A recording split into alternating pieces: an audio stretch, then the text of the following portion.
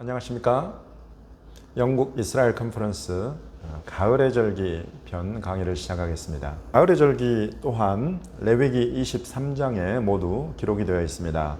레위기 23장 24절과 27절과 34절에 보시면 가을의 절기의 중요한 세 가지 절기가 모두 기록이 되어 있는데, 첫 번째는 나팔절, 그리고 두 번째는 속죄일, 세 번째는 초막절입니다. 하나씩 우리가 자세하게 살펴보겠습니다. 먼저 가을의 절기의 첫 번째 절기인 나팔절을 살펴보겠습니다. 나팔절에 관해서는 레위기 23장 24절에 이스라엘 자손에게 말하여 이르라. 일곱째 달 곧 그 달 첫날은 너희에게 쉬는 날이 될지니 이는 나팔을 불어 기념할 날이요 성회라 라고 기록이 되어 있습니다. 일곱째 달 7월 1일에 있는 나팔절은 가을의 절기, 이 7월 달은 양력으로 하면은 9월과 10월 이 둘 사이에 걸쳐서 일어나고, 이 날에는 너에게 쉬는 날이 된다. 이 말씀은 역시나 이 날을 안식일로 삼고 쉬며 아무 노동하지 말고 지내라. 그리고 이 날에는 나팔을 불어서 기념하라 라고 하십니다. 욤 테루아, 욤은 날이요, 테루아는 blowing, 불다 이런 뜻입니다.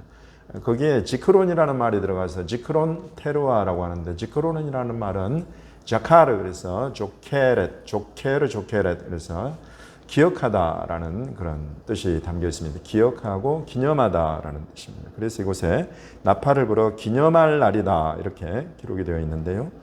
무엇을 기념하는 것일까요? 라고 우리가 생각을 해보았을 때, 가장 이 나팔과 더불어서 가장 기념하고 기억할 만한 그런 일이 이스라엘 역사에 어디에 일어났는가 하고 살펴보면 시내산에서 여호와께서 강림하시는 그런 장면이 되겠습니다. 여호와께서 시내산 위에 불 가운데 강림하실 때에 나팔 소리가 얼마나 크게 울려 퍼지고 힘차게 울려 퍼졌는지, 이 나팔 소리는 주의 강림의 신호탄이었다라는 것을 우리가 기억을 해봤을 때, 이 7월 1일은 나팔절로서 기념을 한다고 할 때에 여호와께서 이 땅 위에 강림하시는 것을 기념하는 날이다. 이것을 가장 중요하게 우리가 생각할 수 있겠습니다.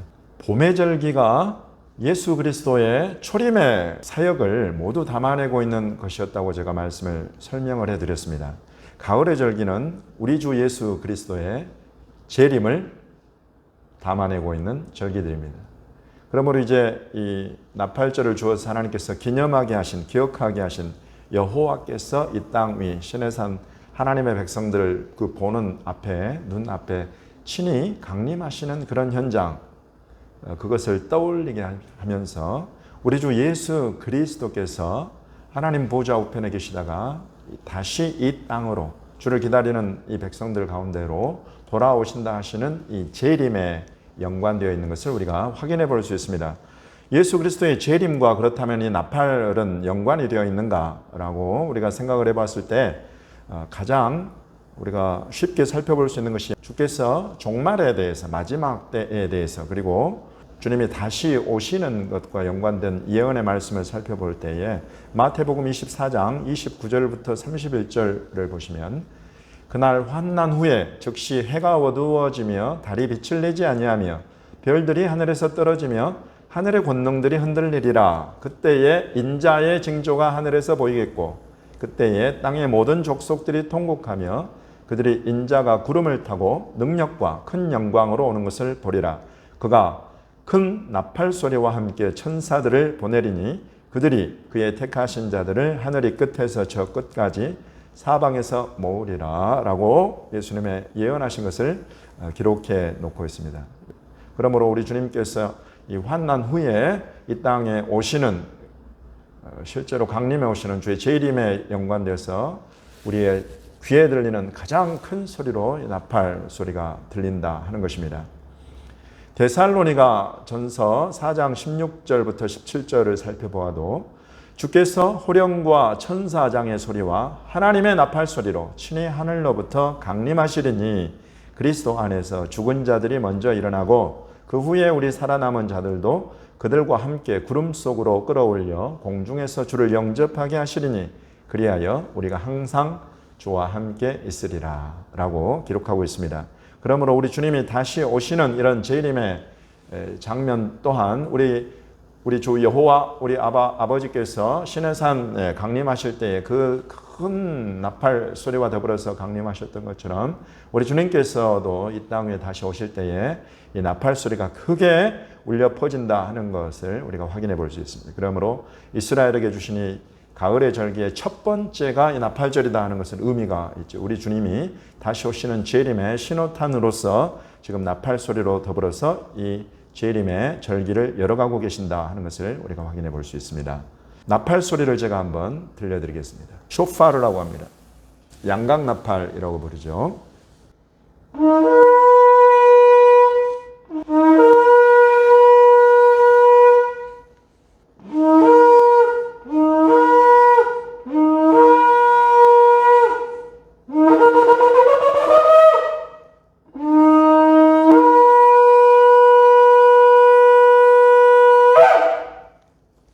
이것이 양각나팔 소리입니다. 쇼파르라고 부르고, 특별히 성경에서 이 나팔을 부는 용례에 대해서 나와 있는 것들을 유대인들이 전승으로 정리를 해가지고 10가지 경우에 나팔을 분다라고 정리를 했어요.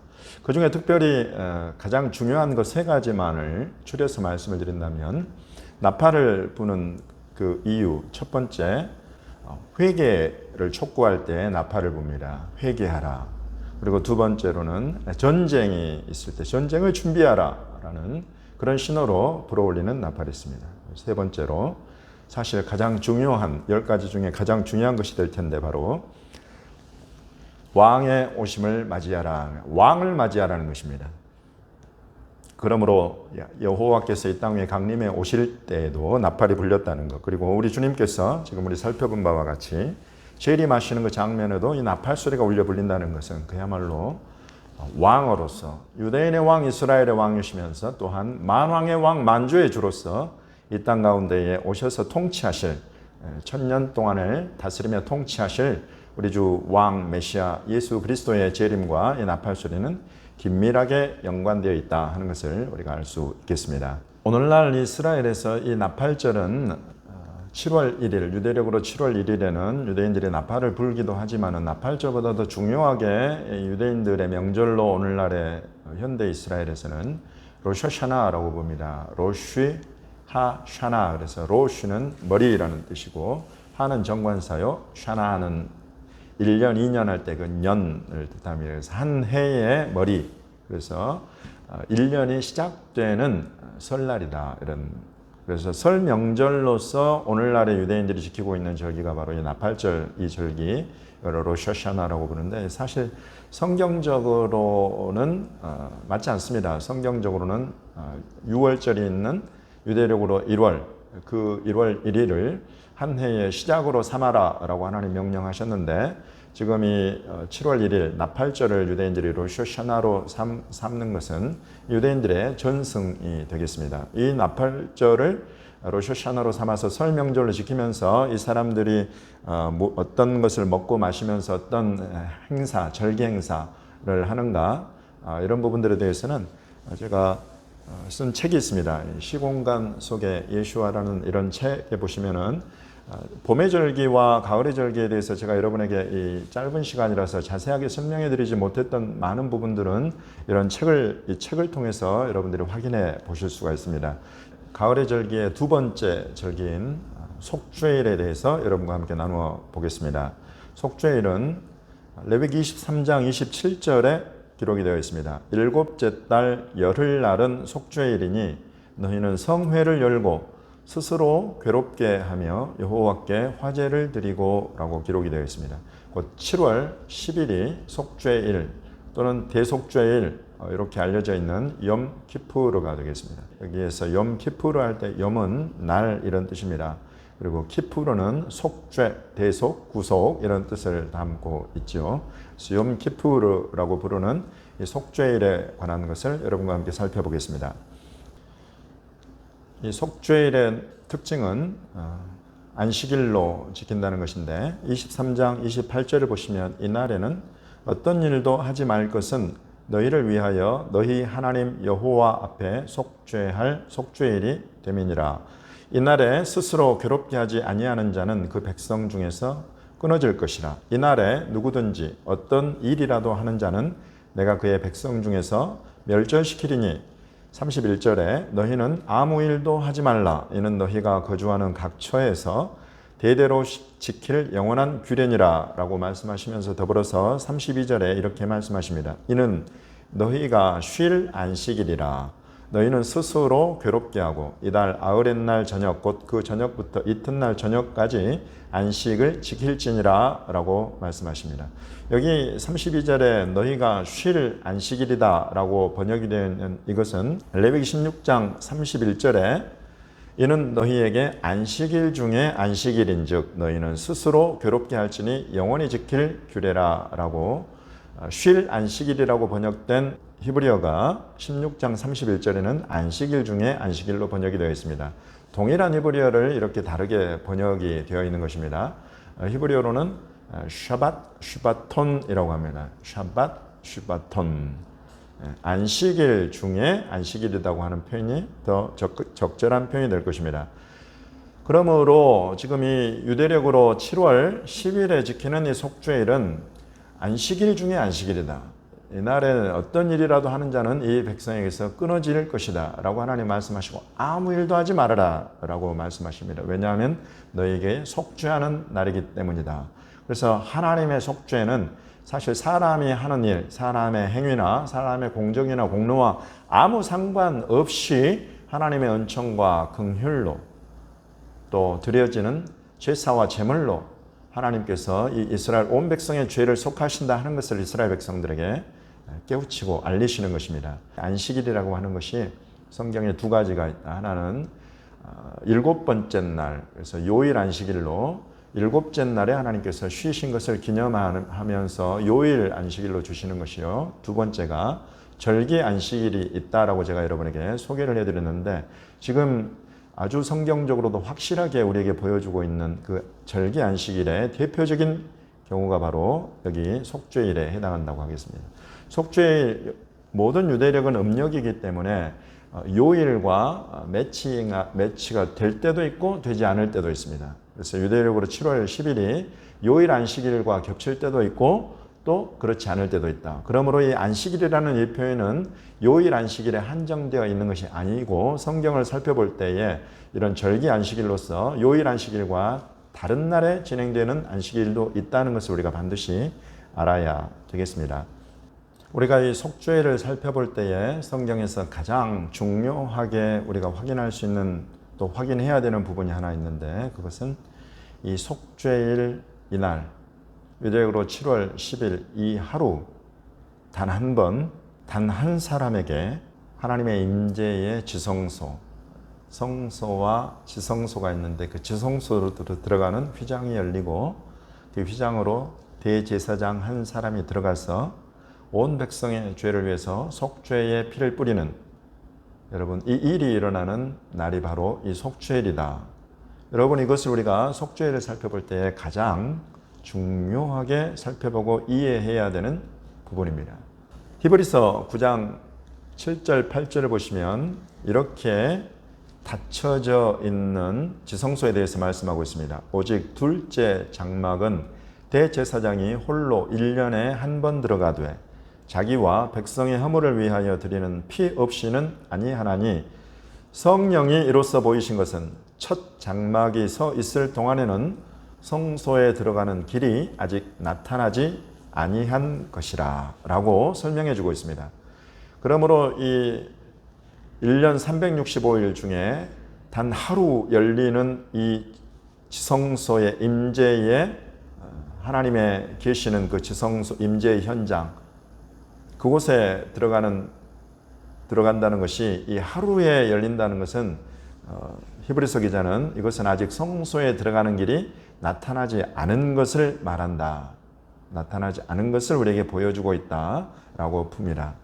그러면서 11절 12절에 그리스도께서는 장래 좋은 일의 대제사장으로 오사 손으로 짓지 아니한 것 곧 이 창조에 속하지 아니한 더 크고 온전한 장막으로 말미암아 염소와 송아지의 피로 하지 아니하고 오직 자기의 피로 영원한 속죄를 이루사 단번에 성소에 들어가셨느니라 라고 기록하고 있습니다. 곧 예수 그리스도께서는 염소나 송아지의 피, 이와 같이 속죄일에 뿌리는 그런 피, 제물의 피, 희생제사, 희생제물의 피로 하지 않고 오직 자기의 피로써 영원한 속죄를 이루사 단번에 성소에 들어가셨다라고 기록하고 있습니다. 이 성소에 들어가셨다는 것은 바로 하나님의 임재의 지성소, 그 휘장을 열고 그 안으로 들어가셨다는 것을 의미합니다. 지성소 안에 있는 속죄소는 이름이 두 가지입니다. 우리말로 번역이 된 것으로 속죄소가 서로 번역이 하나가 되었고 또 하나는 시은좌로 번역이 되어 있습니다.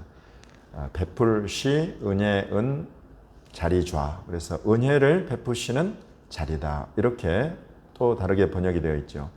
이것을 받아서 히브리서 기자는 4장 16절에 그러므로 우리는 긍휼하심을 받고 때를 따라 돕는 은혜를 얻기 위하여 은혜의 보좌 앞에 담대히 나아갈 것이니라 라고 기록하고 있는 것입니다. 이전에는 이 은혜의 보좌, 속죄소, 곧 하나님의 영광이 머무는 그 지성소에 들어갈 수 있는 길이 막혀 있었기 때문에 이스라엘 백성이라 하여도 아무 때나 대제사장이라 하여도 아무 때나 결코 들어갈 수 없는 곳이 바로 이 지성소 안이었다. 그러나 예수 그리스도의 이 십자가로 말미암아 참으로 이 대제사장이 오셔서 자기의 피로 하나님 앞에 드린 이 피가 너무나 온전한 속죄의 피여서 하나님께서 이 피를 힘입어서 들어오는 모든 사람들에게 이 임재의 지성소, 하나님의 영광에 들어올 수 있는 길을 열어주셨다는 것입니다. 그러므로 우리는 어느 때든지 돕는 은혜를 받기 위하여 이 지성소 안 하나님의 영광의 임재 앞에 곧 은혜의 보좌 앞에 이제는 담대히 나아간다는 것입니다. 이 담대히라는 이 단어가 왜 들어갔는지 이제 여러분 우리는 그 이유를 잘 알게 되었습니다. 이전에는 두려움 가운데 죄인은 결코 들어갈 수 없는 곳이었다. 들어가면 그냥 죽는다 이것입니다. 대제사장이라 하여도 여러분 대제사장이 옷에 이 방울을 달고 들어가지 않았습니까? 어느 사이에 죽어서 나올 수도 있다라는 것을 우리에게 알려주고 있는 것입니다. 그러나 이제 예수 그리스도로 말미암아 하나님께서 열어놓으신 이 길은 이 새롭고 산 길이 되신 예수 그리스도를 따라 들어가면 우리가 담대하게 어느 때나 하나님의 은혜의 보좌 앞에 나아갈 수 있게 되었다. 여러분 바로 이것이 속죄일을 이스라엘에게 주신 그 하나님께서 예수 그리스도로 말미암아 온전히 이루어내신 바로 그 완성이다라고 우리에게 알려주고 있습니다. 그러면 제가 여러분에게 말씀드린 것이 봄의 절기는 예수 그리스도의 초림의 사역을 말하는 것이요 가을의 절기는 예수 그리스도의 재림과 연관되었다라고 말씀을 드렸는데 그러면 이 재림과 연관된 가을의 절기 안에 이 속죄일이 있는데 이 속죄일을 예수께서 초림의 곧 봄의 절기 그 가운데 이루신 것 아닙니까? 맞습니다. 그렇습니다, 여러분. 어떻게 이런 일이 일어날 수가 있습니까? 그것은 예수 그리스도께서 하나님 앞에 드린 이 제사는 단 한 번으로서 성경에 하나님께서 이스라엘 백성에게 드리라고 주셨던 5대 제사, 모든 제사가 필요한 모든 영역, 모든 제사를 전부 다 충족시키는 단 한 번의 완전한 제사이기 때문에 그렇게 된 것입니다. 속죄일에 속죄의 피를 드리는 이 제사, 이 제물이 필요하였는데 예수 그리스도께서 유월절 어린 양으로 십자가에 달려서 저와 여러분의 죄를 담당하신 그 순간에 제사가 필요한, 제물이 필요한 모든 것이 다 완성되고 충족되어 버렸다는 것입니다. 마가복음 15장 37절과 38절에 이 일을 이루신 예수 그리스도의 이 사역을 설명하고 있습니다. 예수께서 큰 소리를 지르시고 숨지시니라. 이에 성소 휘장이 위로부터 아래까지 찢어져 둘이 되니라 라고 기록하고 있는 것입니다. 누가복음 23장 44절부터 46절에도 때가 제6시쯤 되어 해가 빛을 잃고 온 땅에 어둠이 임하여 제9시까지 계속하며 성소의 휘장이 한가운데가 찢어지더라. 예수께서 큰 소리로 불러 이르시되 아버지 내 영혼을 아버지 손에 부탁하나이다 하고 이 말씀을 하신 후 숨지시니라 라고 기록하고 있습니다. 여기에서 말하는 이 성소의 휘장은 성막 안에 성소와 지성소 사이에 곧 향단을 지나서 지성소로 들어갈 수 있는 그 중간에서 이 지성소를 가로막고 있는 닫고 있는 커튼을 말하는 것입니다. 히브리어로는 포레켓이라고 부릅니다. 이 포레켓, 지성소로 들어가는 것을 막고 있었던 이 휘장이 위로부터 아래로 한가운데가 찢어졌다는 것을 말하는 것입니다. 이 일이 일어난 일이 예수 그리스도께서 십자가 위에서 피를 흘리시고 운명하시는 그 순간에 이 일이 일어났다는 것입니다. 그것은 지금 히브리서 기자가 설명한 바와 같이 예수 그리스도께서 자기의 피로써 속죄의 일을 온전히 이루어내시고 하나님의 영광의 임재의 지성소 안에 그 속죄의 피를 뿌리셨다는 것입니다. 이 일에 대해서 사도 바울은 로마서 3장에 이와 같이 풀어내고 있습니다. 23절부터 25절 말씀을 보시면 모든 사람이 죄를 범하였음에 하나님의 영광에 이르지 못하더니 죄를 범한 인간이어서 하나님의 영광의 임재의 지성소에 이르는 길이 항상 막혀 있었다는 것입니다. 그 죄를 속하는 속죄의 날 단 하루에 그 속죄의 피를 담아서 들어가는 대제사장 단 한 사람에게만 열리는 것이 바로 하나님의 영광의 임재의 지성소였다라는 그런 내용을 지금 사도 바울이 로마서 3장에서 풀어내고 있습니다. 모든 사람이 죄를 범하였음에 하나님의 영광에 이르지 못하더니 그리스도 예수 안에 있는 속량으로 말미암아 하나님의 은혜로 값없이 의롭다 하심을 얻은 자 되었느니라. 이 예수를 하나님이 그의 피로써 믿음으로 말미암는 화목제물로 세우셨으니 이는 하나님께서 길이 참으시는 중에 전에 지은 죄를 간과하심으로 자기의 의로우심을 나타내려 하심이다 라고 기록하고 있습니다. 속죄일을 그대로 모두를 담아서 이렇게 간결하게 사도 바울이 로마서 3장 이 짧은 절 안에 풀어내고 있는 것입니다. 탁월하고 놀랍습니다. 그리스도 예수 안에 있는 속량으로 말미암아 이 속량, 이 속죄라는 말과 같은 뜻이지요. 속량으로 말미암아 하나님의 은혜로 값없이 의롭다 하심을 얻은 자 되었다. 아무 일도 하지 말아라. 안식일 중에 안식일. 너희가 할 일이 아무것도 없다. 너희가 치를 값이 아무것도 없다는 것입니다.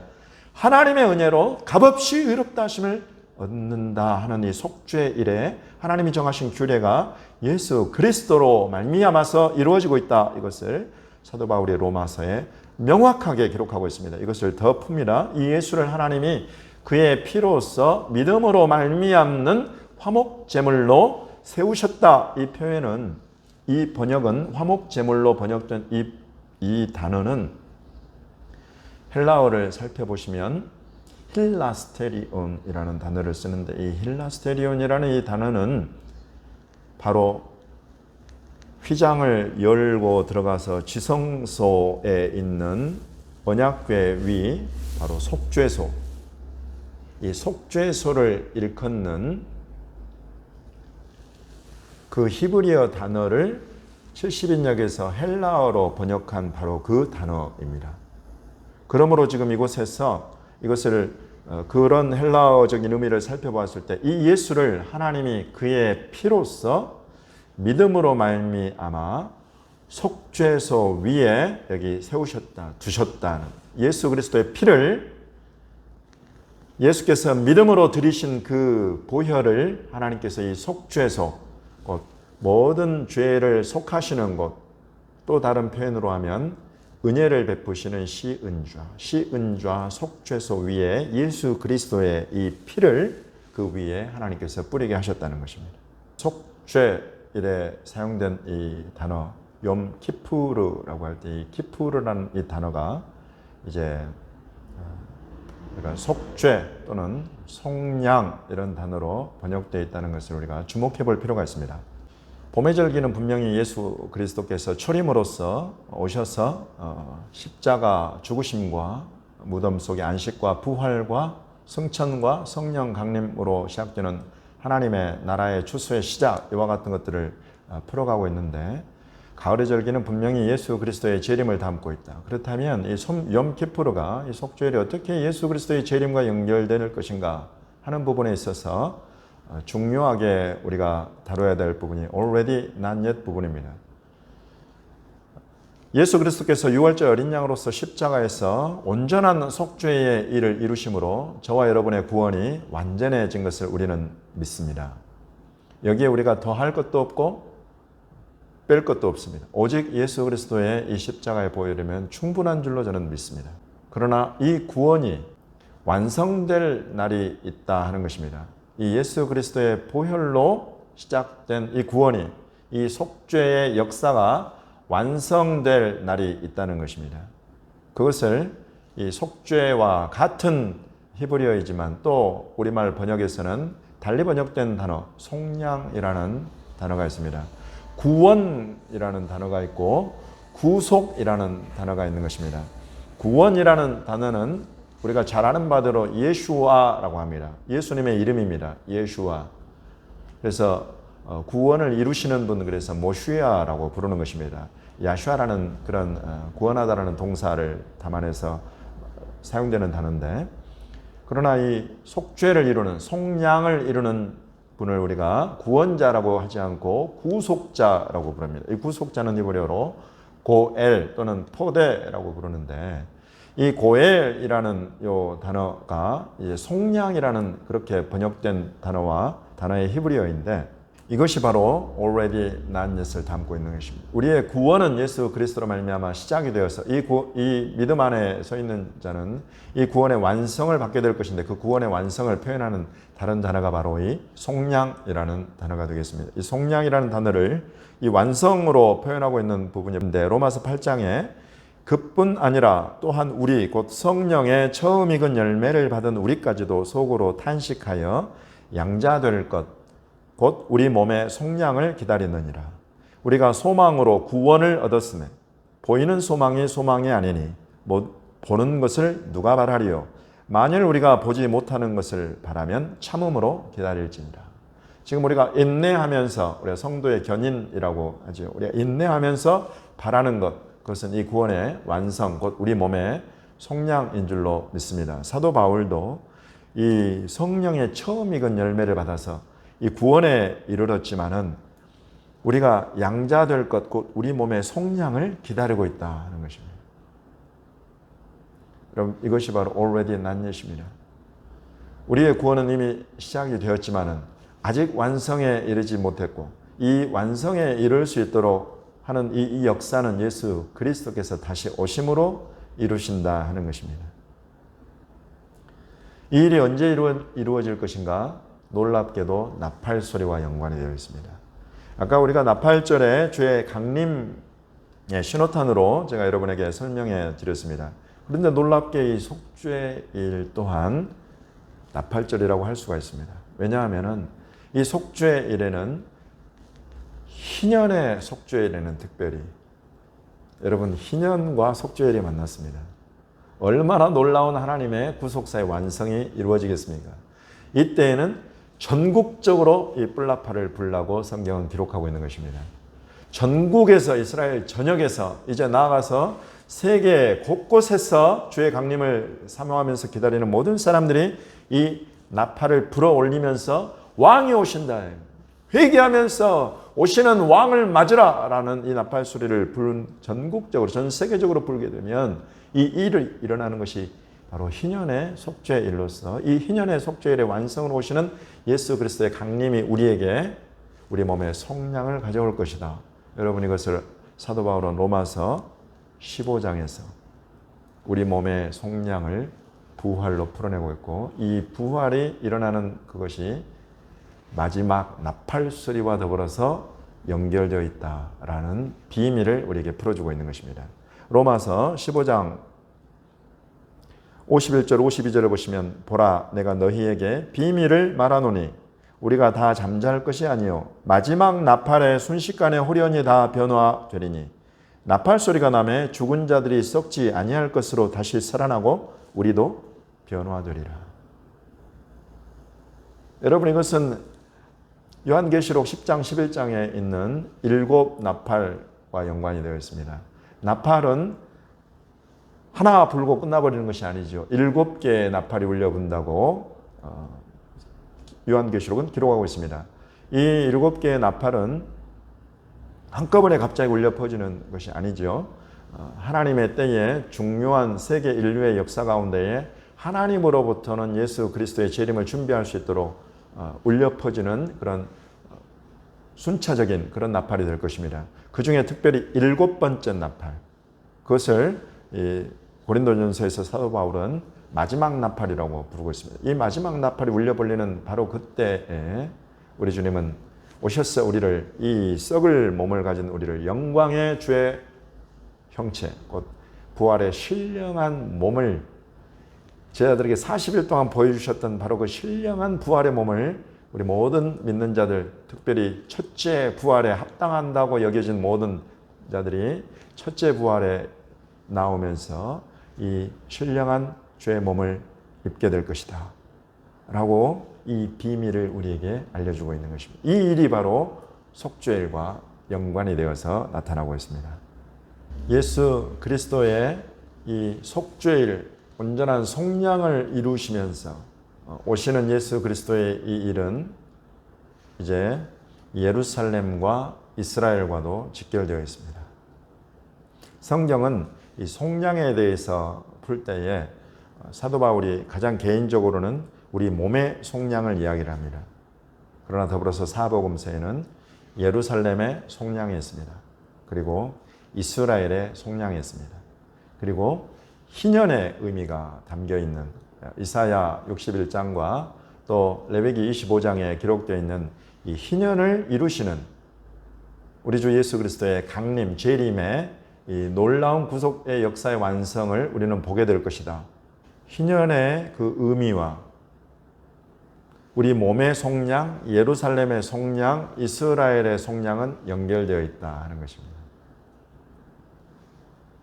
성경은 우리에게 너무나 중요한 정보들을 알려주고 이와 같은 것들을 우리가 자세하게 들여다보면서 살펴보고 우리 주에 다시 오시는 그런 재림의 순간과 현장을 우리가 우리 온 영혼력, 지정의 모든 것을 다 동원해서 준비하고 깨우치고 알고 또 그 재림에 합당한 주의 신부된 자들로 우리를 준비해 갈 수 있도록 이 모양 저 모양으로 우리를 준비시키십니다.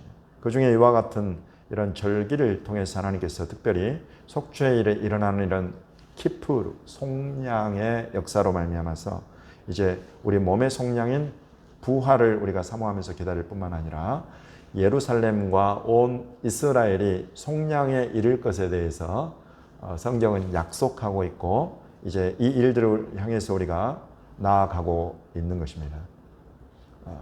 사도 바울은 로마서 11장에서 온 이스라엘의 구원을 이야기하고 있습니다. 그 온 이스라엘의 구원이 있기까지 전 세계 열방에 주님이 2000년 동안 세우신 교회를 통해서 주님께서 이 유대인들에게, 이스라엘에게 복음을 증거하고 선포하고 주 여호와 너희 하나님이 통치하신다 선포하면서 산을 넘는 자들의 발이 어찌 그리 아름다운가. 이 복음 들고 산을 넘는 자들, 여러분 이스라엘 산을 이 복음을 들고 넘기를 우리 하나님께서 이 시대 교회들을 부르고 계시는 줄 저는 믿습니다. 이 모든 열방의 교회들에게 이스라엘로, 예루살렘으로, 유대인들에게로 찾아가서 그들에게 이 주 예수 그리스도의 복음을 증거하고 선포하라. 이 복된 소식을 예루살렘에게, 유대인들에게 들려라 라고 우리 주님이 이 시대에 부르시는데, 여러분 그런 부르심은 성경 곳곳에 기록이 되어 있습니다. 예레미야가, 이사야가, 또 스가랴가, 여러분 곳곳에 선지자들을 통해서 열방의 주님이 장차 세우실 교회가 이런 유대인 선교, 유대인 전도, 예루살렘과 이스라엘이 완전한 속량에 들어가기 전에 우리 주 예수 그리스도의 나라와 그 복음과 구원을 선포하도록 부르시셔서 그 일들을 맡기시고 사명을 감당하게 하신다는 그런 놀라운 예언들이 기록이 되어 있는 것입니다. 여러분 이 일들은 장차 우리 주님이 재림으로 가져오실 이 예루살렘과 이 이스라엘의 속량을 반드시 이루실 것을 믿는 주님의 교회들이야말로 지금 그 완전한 속량으로 나아가기 전에 이 시대적으로 우리가 유대인들에게, 디아스포라 유대인들에게, 예루살렘과 이스라엘의 유대인들에게, 영국 런던에, 여러분 잘 아시지요? 영국 런던에 어디에 유대인 밀집지역이 있는지, 여러분 그런 지역들뿐만 아니라 전 세계 곳곳에 지금 디아스포라로 흩어져 있는 유대인들을 찾아가서 예수 그리스도의 이 다시 오실 것과 이 구원의 복음과 이 절기의 완성으로 실체로 오신 예수 그리스도를 증거하고 가르칠 것을 우리 주님은 명하고 부르고 계신다 하는 것입니다. 이 일들을 우리가 열방의 교회가 충분히 감당하게 되면 우리 주님께서 기쁘게 오실 때에 우리를 첫째 부활에 합당한 우리 몸의 속량을 보게 하실 것이요, 또한 예루살렘과 이스라엘의 속량을 이루시는 염키푸르의 완성자로 오시는 예수 그리스도를 우리는 목도하면서 영광의 찬송을 부르게 될 줄로 믿습니다. 오늘날 여러분 주변에 계시는 유대인들을 만나보거나 또는 이스라엘에 들어가서 유대인들의 삶을 살펴볼 때 속죄일을 지키는 유대인들의 모습을 볼 때에 여러분 참 비참한 마음이 듭니다. 예수 그리스도가 없이 이 속죄일을 지키는 유대인들의 모습 속에 있는 성경을 떠나버린 그들에게 주신 이 절기를 외형으로는 지키고 있지만은 그 속에 담긴 하나님의 속죄의 그 길, 그것이 사라져버린 이스라엘의 그 비참함을 우리는 사실은 목도하게 됩니다. 그 자체가 여러분 그 자체를 본다는 것이 너무나 서글프고 안타깝습니다. 이 속죄일을 이루려면은 성전이 있어야 하는데 하나님은 이 성전을 무너뜨려 버리신 것입니다. 하나님의 집인 이 성전을 무너뜨려지도록 허락해 두시고 우리 주 예수 그리스도로 말미암아 새롭게 세우시는 하나님의 집 성전을 2000년 동안 지어 오셨지요. 그러므로 이 성전이 없어서 이 속죄의 이 은혜를 알지 못하고 경험하지 못하는 유대인들과 이스라엘에 들어가서 이 속죄를 마주하게 되면 여러분 하얀 닭을 들고 흔듭니다. 하얀 닭을 들고 흔들면서 속죄의 기도문을 읽어요. 그러면 이 죄가 하얗게 될 것이다 라고 가르치고 믿고 있습니다. 많은 사람들이 모이는 곳 앞에 데스크를 펼쳐놓고 돈통을 놓고 돈을 넣으라고 합니다. 돈을 여기다 넣으면 자기들이 속죄의 기도문을 읽어줄 것이고 그러면 1년 동안 너희가 하나님 앞에 서원하거나 맹세하고 지키지 못하였던 것들부터 해서 모든 죄가 없어질 것이다 라고 이야기를 합니다. 때로는 여러분 고행을 통한 그런 구원으로 들어가려고 하는, 그래서 여러분 옷을 벗겨놓고 등짝에다가 가죽띠로 매질을 하는 그런 유대인들의 모습도 이 속죄일에 발견할 수 있습니다. 여러분 이 모든 것이 전부 다 속죄를 위해서 하나님께서 그림자로 주신 이 속죄일의 완성으로 오신 그 실체로 오신 예수 그리스도를 이들의 눈과 귀와 마음이 가려져서 보지 못하고 듣지 못하고 깨닫지 못하기 때문에 유대인들이 오늘날 가지고 있게 되는 비참한 모습입니다. 주님이 그러므로 우리 열방의 교회들을 불러서 내가 너희를 구원한 이 예수 그리스도의 천국 복음으로 너희는 이제 그들 유대인들의 귀에 들려주고 그들의 율법에 의지해서 그 이루려고 하는 그 의, 이룰 수 있는 자가 아무것도 없다는 것을 상기시키고 하나님으로 말미암는 믿음으로 말미암는 의에 대해서 그들 귀와 마음에 닿도록 선포하고 증거하라 라고 우리 주님 부르고 계시는 줄로 저는 믿습니다. 내가 만일 내 입으로 예수를 주로 시인하며 또 하나님께서 그를 죽은 자 가운데서 살리신 것을 내 마음에 믿으면 구원을 받으리라. 사람이 마음으로 믿어 의에 이르고 입으로 시인하여 구원에 이르느니라. 여러분 이 의의 길, 이 구원의 길을 다른 어떤 이방인이 말하는 것이 아니라 유대인 중에 유대인, 히브리인 중에 히브리인 이 사도 바울이 로마서 10장에 기록해 놓고 있는 것입니다. 이 복음이 유대인들이 들어야 될 복음이다 라고 하면서 이 복음의 정수를, 복음 전도의 정수가 되는 핵심이 되는 내용을 기록해 놓고 있는 것입니다. 그리고 저희들에게 부탁합니다. 믿지 않는 자를 어찌 부르겠느냐? 듣지도 못한 일을 어찌 믿겠느냐? 전파하는 자가 없이 어찌 듣겠느냐? 라고 말씀하고 있는 것입니다. 저와 여러분에게, 로마 교회에게 유대인들을 찾아가서 그들에게 그리스도의 말씀을, 그리스도의 천국 복음을 그들 귀에, 마음에 닿도록 들려주며 가르쳐 전파하라 라고 사도 바울은 로마 교회에 부탁하고 있는 것입니다. 이 시대의 로마 교회, 이 시대의 열방의 교회, 영국 교회, 영국 한인 교회, 우리 대한민국 교회, 여러분 대한민국의 우리 한인 디아스포라가 유대인 디아스포라보다 더 많은 나라들에 흩어져 살고 있습니다. 그러므로 우리가 마음만 먹으면 우리 주변에 살고 있는 유대인들을 얼마든지 찾아갈 수가 있어요. 그들 귀에 사도 바울이 제시해 놓은 유대인들에게 전할 복음의 핵심 로마서 10장 9절 10절 말씀을 여러분 그들에게 편지로 써서 주어도 좋고 그들과의 관계 속에서 그들에게 증거하고 선포해 줄 이 복음, 여러분 이것을 오늘날 주님이 열방에 세우신 주님의 피로 값주고 사신 교회에게 맡겨주시는 시대적인 사명인 줄로 믿습니다. 가을의 절기의 마지막 초막절로 넘어가겠습니다. 초막절은 레위기 23장 34절에 기록이 되어 있습니다. 자손에게 말하여 이르라. 일곱째 달 15째 날은 초막절이니 여호와를 위하여 이레 동안 지킬 것이라. 그러므로 초막절은 유대력으로 7월 15일부터 7일 동안 지키게 되어 있습니다. 15, 16, 17, 18, 19, 20, 21.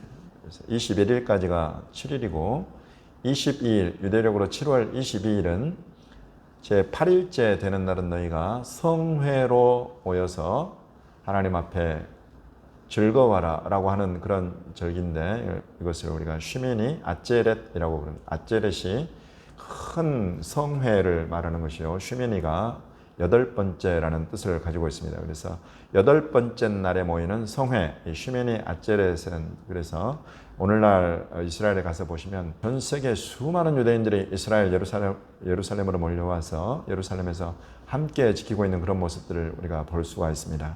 이런 초막절을 예수 그리스도와는 어떻게 연결되는가라는 부분을 우리가 살펴볼 때 요한복음 7장에 이 초막절이 기록이 되어 있습니다. 요한복음 7장의 2절을 보시면 유대인의 명절인 초막절이 가까운지라로 시작을 합니다.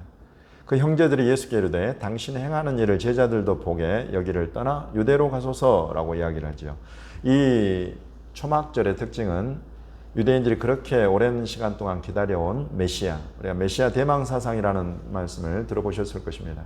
이 오랫동안 기다려온 메시아가 나타나는 절기다라고 유대인들이 굳게 믿고 있는 절기가 바로 이 초막절입니다. 초막절은 메시아가 나타나서 왕으로 등극하고 이스라엘을 평화로 샬롬으로 주변 모든 나라들을 샬롬으로 통치하고 다스릴 것이다 라는 큰 소망을 가지고 있는 절기가 이 초막절이죠. 그래서 이 형제들도 이제 당신이 스스로 나타나기를 구하면서 묻혀서 일하는 사람은 없습니다. 이 일을 행하려 하거든 자신을 세상에 나타내소서 하는 요런 절기가 바로 이 초막절이다. 그러니까 예수께서 아직 내 때는 이르지 않았다. 너희는 먼저 올라가라 하시고 나중에 홀로 조용히 올라가셨다 하는 그런 장면이 나오는 것이 초막절입니다.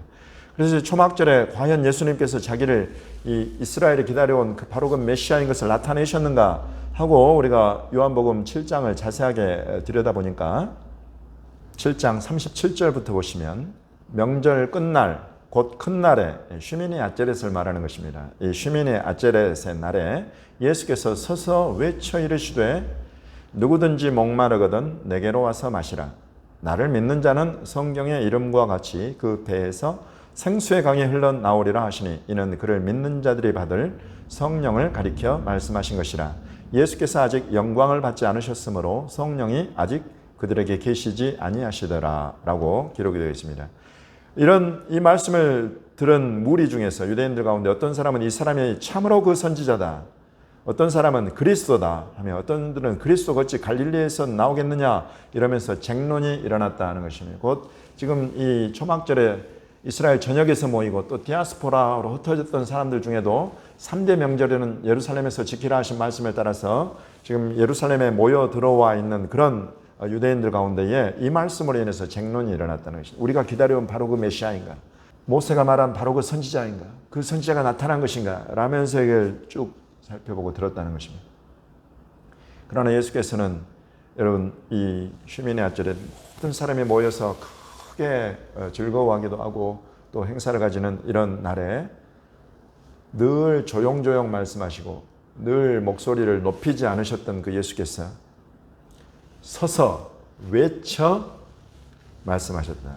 누구든지 목마르거든 내게로 와서 마시라. 나를 믿는 자는 성경의 이름과 같이 그 배에서 생수의 강이 흘러나리라 라고 서서 외치셨다는 것입니다. 이제 바야흐로 성령의 때가 열린다. 이것을 지금 선포하고 계시는 것입니다. 예수 그리스도 곧 유대인들이 기다려온 그 메시아는 실제로 이스라엘을 왕으로 통치하고 다스리면서 전 세계의 모든 민족과 나라들을 통치하는 그런 세계적인 그런 통치의 주체로서 다스리시는 하나님이 세우시는 왕. 여러분 이것입니다. 그러면 이렇게 다스려야 될 것을 예수 그리스도께서는 당신께서 장차 십자가에 못 박혀 죽으시고 3일 만에 부활하신 바 되셨다가 40일 동안 제자들과 함께 계시고 하늘로 올라가시면서 이 땅의 대업을 제자들에게 맡기시되 장차 10일 후에 하나님께서 보내실 성령의 충만함으로써 제자들로 말미암아 주님의 교회로 말미암아서 하나님이 정하신 이방인의 때까지 열방의 모든 민족에게 복음이 전파되어야 될 것을 우리 주님은 알고 계시는 것입니다.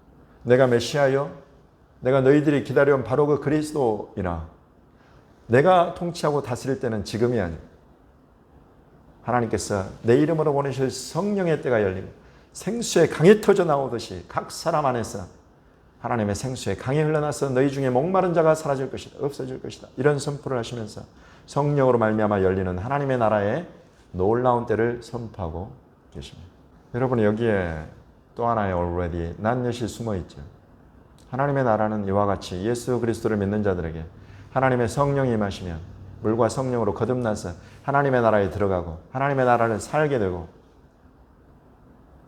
그와 같이 시작이 된 하나님의 나라를 우리는 이 땅 위에서 살지만 이것이 여러분 완성된 하나님의 나라입니까? 아닌 것을 우리는 잘 알고 있습니다.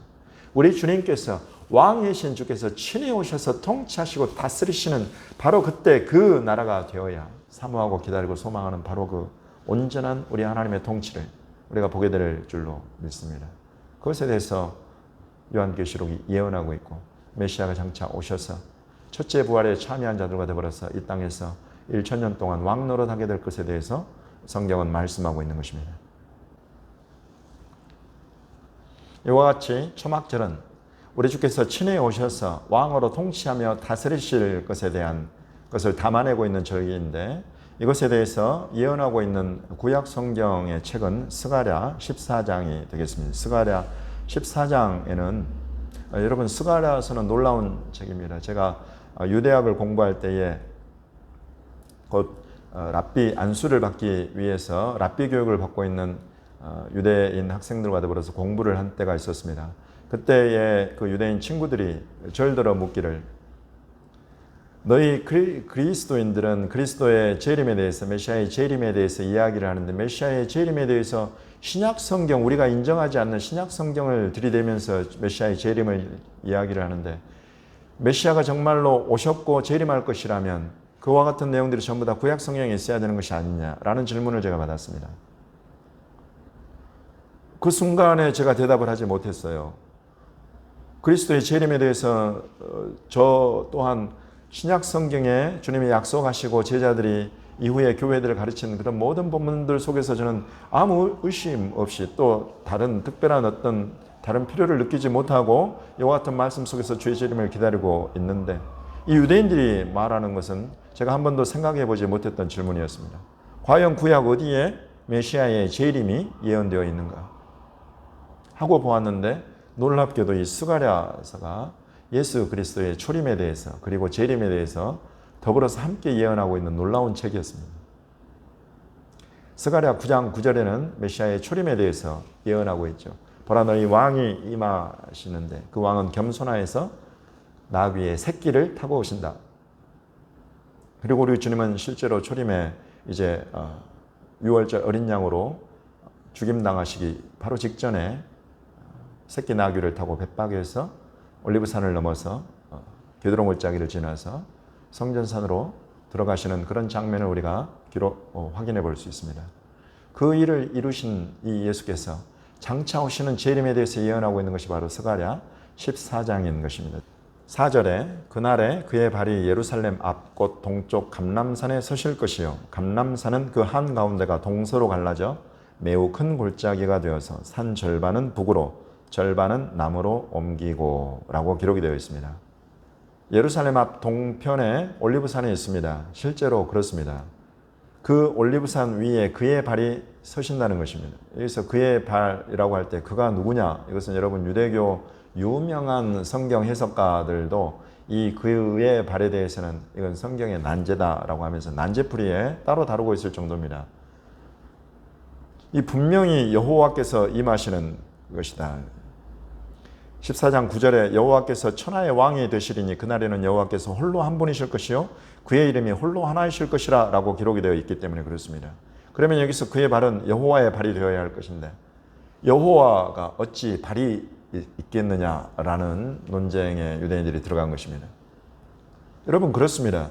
발을 가진 여호와 누구겠습니까? 예수 그리스도.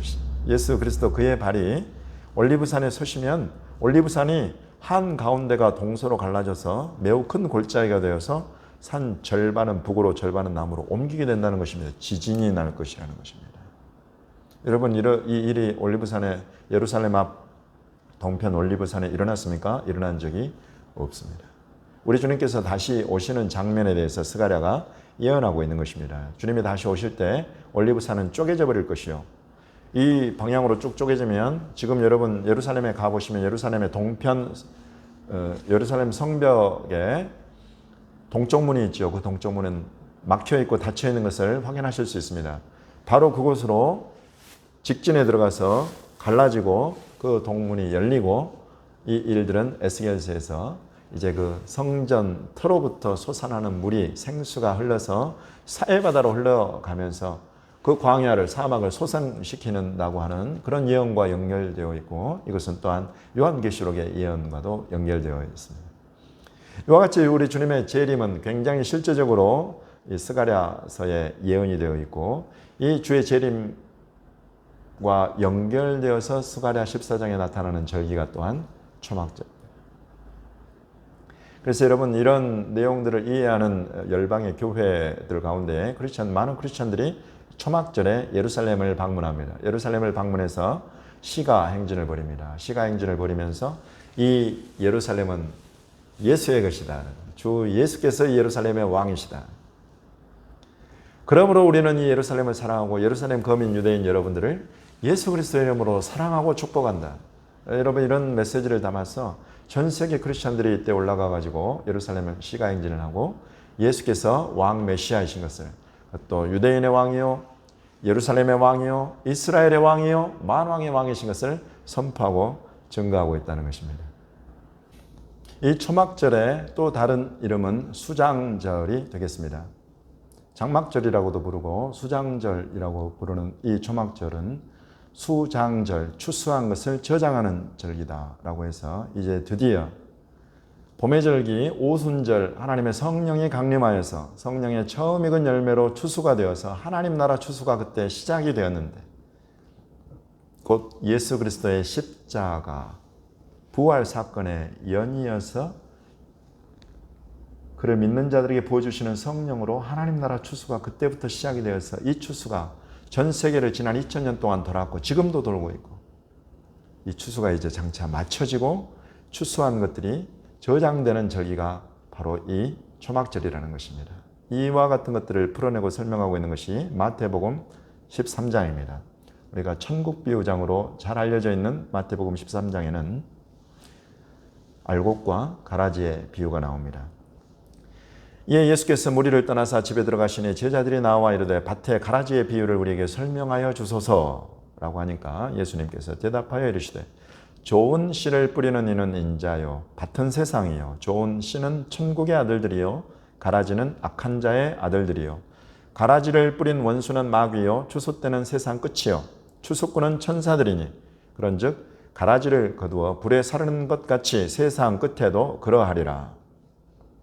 인자가 그 천사들을 보내리니 그들이 그 나라에서 모든 넘어지게 하는 것과 또 불법을 행하는 자들을 거두어내어 풀무불에 던져 넣으리니 거기서 울며 이를 갈게 되리라. 그때의 의인들은 자기 아버지 나라에서 해와 같이 빛나리라. 귀 있는 자는 들으라 라고 말씀하십니다. 이제 봄의 절기에서 시작된 하나님의 나라의 추수가 가을의 절기 주의 재림으로 말미암아서 완성되고 주 예수를 신실하게 믿고 따르는 모든 자들은 알곡으로 추수되어서 하나님 나라 곳간에 들어가는 그와 같은 내용들에 대해서 예수님은 비유로 가르치고 계십니다. 가을의 절기를 정리하겠습니다. 사실 가을의 절기의 시작은 봄의 절기에서부터입니다. 봄의 절기에서 예수 그리스도께서 십자가 6월절 어린 양으로 저와 여러분의 죄를 담당하여서 죽임을 당하시고 무덤에 안식하셨다가 안식 후 첫날 첫 이삭을 드리는 날에 하나님 앞에 드려지시는 부활의 첫 열매로 드려지시는 바로 그때로부터 시작이 되는 것입니다.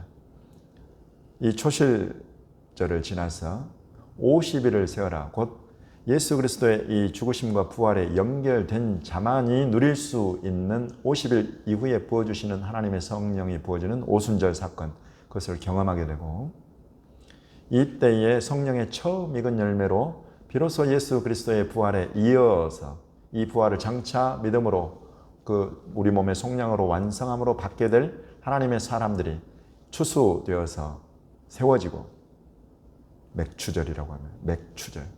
초실절을 지나서 맥추절과 또 다른 초실절, 이때를 지나면 이제 가을의 절기의 완성은 수장절은 초막절로 완성이 되는 것입니다. 이 하나님 나라 추수의 완성, 여러분 이것은 하나님께서 구속사의 완성으로 전 세계를 뒤흔드는 환난과 더불어서 많은 마지막 때의 징조들과 더불어서 이루실 일들이므로 하나님께서 나팔소리에 더불어서 첫 번째 나팔부터 일곱 번째 나팔까지 울려 퍼지게 하시고 이런 일들로 주님의 교회를 깨워서 준비하게 하시고 또 전 세계 열방의 교회는 깨어서 마땅히 시대에 감당해야 될 유대인 구원, 이스라엘의 구원의 이 역사적인 부르심과 시대적인 사명을 잘 감당할 수 있도록 주님 우리를 깨우시면서 부르시고 이 속죄의 일에 이루신 이 일들을 완성을 이루실 속량의 완성, 우리 몸의 속량, 부활, 그리고 예루살렘의 속량, 이스라엘의 속량, 희년에 일어나는 이런 놀라운 일들을 이루실 우리 하나님을 바라보게 하시고 이 모든 것들의 완성으로 추수한 것을 저장하여 드리시는 초막절, 수장절로서 끝을 맺으시는 것입니다. 하나님의 계획은, 구속사의 놀라운 계획은 이와 같이 이스라엘에게 주신 절기 속에 봄의 절기와 가을의 절기 속에 모두 담겨 있고 예수 그리스도는 초림의 오심으로 이 봄의 절기를 다 성취하시고 가을의 절기의 제사와 연관된 모든 부분들이랄지 이런 것들을 전부 다 성취해내시고 already 난 예수로 풀어가시는 하나님 나라의 비전과 또 속량의 완성의 날들을 사모하며 소망하며 바라보게 하시고 이 모든 것들이 주의 재림을 주의 다시 오시는 강림과 더불어서 나타나실 것을 우리에게 알리심으로 나팔 소리와 더불어서 속량으로 더불어서 추수의 완성으로 더불어서 이렇게 온전하게 우리 가운데 계시하시면서 이루어 가시는 것입니다. 이 다음 시간에는 마지막 시간으로서 이 이스라엘이 이 절기를 맡아서 가졌던 이스라엘이 예수 그리스도를 십자가에 내어줌으로 말미암아 하나님께서 이들을 이 땅에서 내쫓아 버리시고 그 내쫓아 버리신 2000년의 시간을 뒤로 하고 그래서 우리 모두가 이스라엘을 하나님이 완전히 버렸다. 이제 더 이상 이들에게는 소망도 없고 교회가 이스라엘을 이겼다는 것을 증거하는 증인으로서 전 세계를 떠돌아다니도록 운명지워졌다는 그와 같은 가르침, 그리고 마틴 루터의 가르침 속에서 수백만 명의 유대인들이 죽임당하고 여러분 이런 고통스러운 고통의 바다를 지난 이 유대인들에게 하나님께서 다시 나라를 주시고 흩어졌던 디아스포라 백성들을 다시 그 땅 조상들의 언약의 땅으로 불러 모아 들이시고 그 나라의 수도 예루살렘을 이방인들의 발에 밟히게 허락하셨다가 이방인의 때가 차면서 이 예루살렘을 이스라엘에 돌리시는 이런 놀라운 마지막 때에 하나님이 이루시는 일들을 우리가 지금 현대 이스라엘의 절기를 통해서 하나님이 행하시는 이런 모든 일들을 성경적으로 살펴보고 그 가운데에 우리 교회를 향한 우리 주님의 부르심은 무엇인가 까지 여러분과 함께 살펴보는 시간을 갖도록 하겠습니다. 감사합니다.